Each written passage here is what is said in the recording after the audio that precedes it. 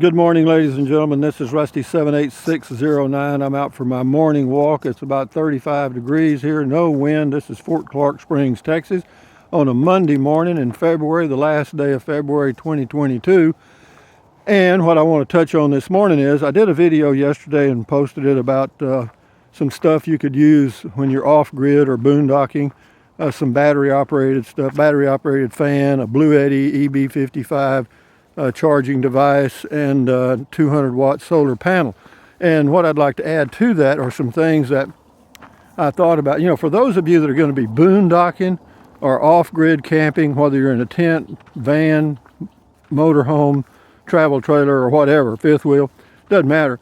There are some things that'll make life more enjoyable, for sure, if you're off-grid entirely. And one of them, of course, is having a fan.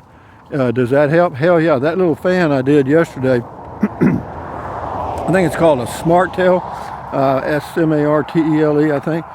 You can find it on Amazon. It's a little pricey. It's about 160 bucks, but it's got a lithium-ion battery, and it'll run for like, it says 30 hours on its own battery, you know, and it takes about an hour and a half, 2 hours to charge it.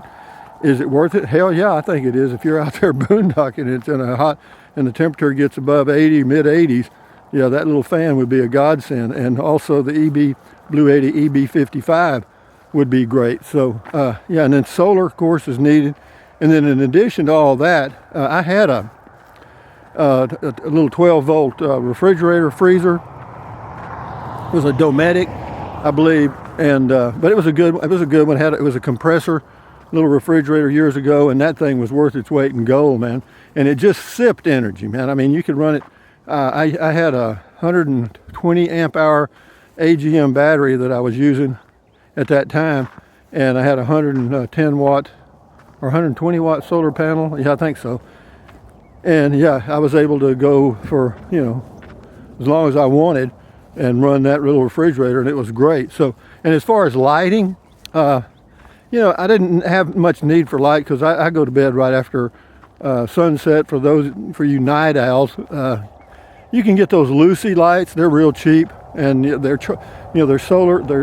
You charge them with sunlight or solar. You just set them out during the day and let them charge, and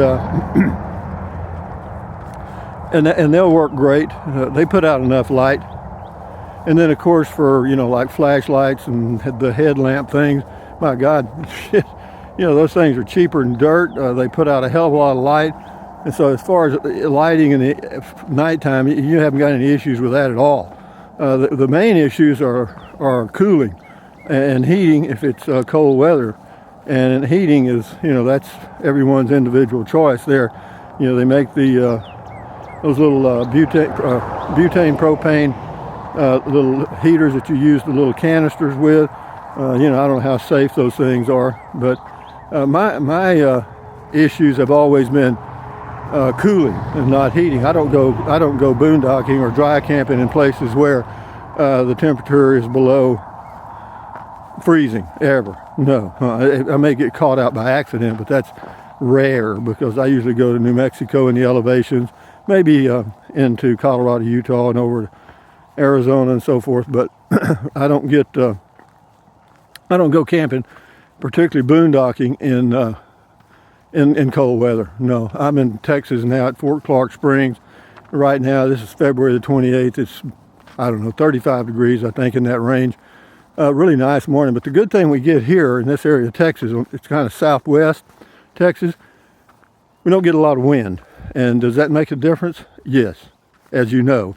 When you're out camping anywhere, if the temperature is right at 30 and the wind's blowing 25 miles an hour, it's cold as hell, you know. And but yeah, for you, tent campers, you know, there's so much stuff available now, man. And solar has gotten so much better in the past few years and the prices have gone down so much that you can have a hell for $1,000. I know that sounds like a lot of money, and it may be, but it depends on how comfortable you want to be too. But for $1,000, you can have everything. You can have solar, one of those EB55s, and a fan, a refrigerator. You could get all that, and for $1,000, and you're set. You know, as far as water, you know, you got to go get that somewhere. You can get filters and stuff. And then as far as using it, They got all kind of 12-volt pumps that you can hook up, different types depending on how you want to use your water. As far as showers, they got all kind of outdoor shower stalls that you can put up in a minute, and they got outside shades. You don't even need an awning on a RV anymore. You can buy a shade at Walmart or Amazon that pops up in 2 minutes. Yeah, and they're good quality too. They work. So for all, here I am. See this country here? Well, this is rugged crap here, but it's good camping area. Like down, the best place near me is Amistad National Recreation Area. I've done a couple of videos on some camping places down there, and it's at this time of the year it's great because it's cheap and it's okay. I mean, the roads in and out are easy.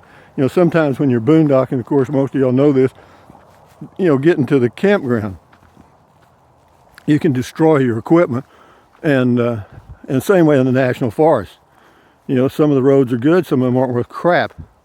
So, but anyway, yeah, I'm just here walking for exercise. I'll walk for about an hour, and I recommend that for all of you if you want to take the time. If you don't want to take the time now, you'll pay for it later. So, with that in mind, guys, when you get all your stuff set up for your boondock, and there's something else I'll recommend too. You might want to just get a basic setup. You know what I mean? Just get you some kind of minimum solar batteries and stuff, and a cooler or a refrigerator, whatever you think might work for you. I used an ice chest for several years when I was in my Toyota Prius. I lived in it for 5 years, or off and on. And first couple of years I just had an ice chest. But getting ice gets to be a pain in the ass. And, it just, in hot weather, the ice doesn't last. 2 or 3 days would be about a max for a bag of ice.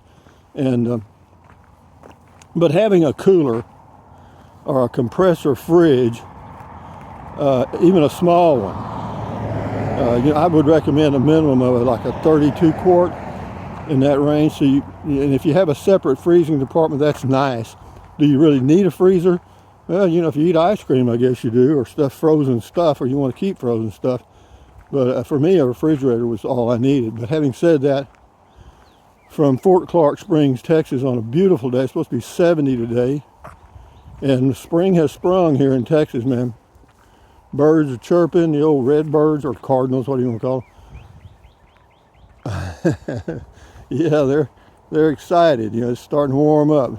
They'll be chasing each other through the air here pretty soon, playing hide the sausage. But having said that, ladies and gentlemen, from Southwest Texas, on a cool morning, this is Rusty 78609 saying thumbs up. And all you guys that are off-grid campers, I think that's one of the best ways to go, particularly now as crowded as it's gotten.